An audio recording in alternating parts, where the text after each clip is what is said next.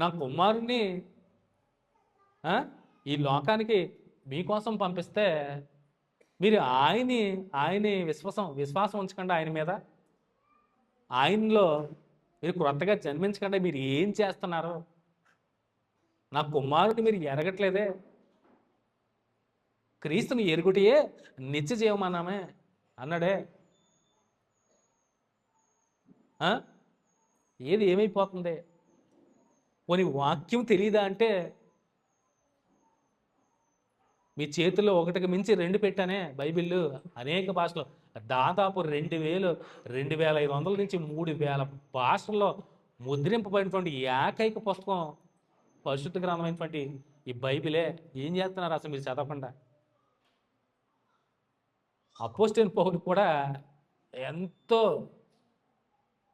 నిరాశ నిస్పృహులు గల్తీ సంఘాన్ని చూసి వచ్చిందండి.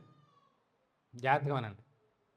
అపోస్తలుడైన పౌలు తన సువార్త ప్రయాణాలు చేస్తున్న టైంలో గల్తీ సంఘానికి తరచూ వస్తూ వాళ్ళని బలపరుస్తూ వాక్యం చెప్తూ ఉన్న టైంలో మరలా రెండో సువార్త ప్రయాణంలో కూడా ఆయన గల్తీ సంఘానికి వచ్చినప్పుడు, మీరు ఇలాంటి భిన్నమైనటువంటి సువార్తల వైపు, భిన్నమైన బోధల వైపు మీరు ఎలా తిరిగిపోయారు?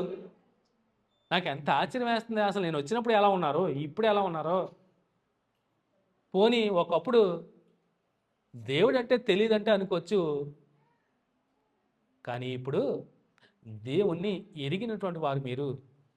అయ్యే మాటలు చదవబడి లేఖన భాగంలో ఏం చెప్తున్నాడో గల్తీ సంఘం ద్వారా, గల్తీ సంఘానికి ఆ కాలమంది అయితే చూడండి 8వ వచనం, ఆ కాలమంది అయితే మీరు దేవుని ఎరుగని వారే నిజమునకు దేవుళ్ళు కాని వారికి దాసులై ఉంటుంది. కానీ ఒకప్పుడు ఎలా ఉన్నారంట? అందరూ ఈ లోకం ఎలా ఉందంట?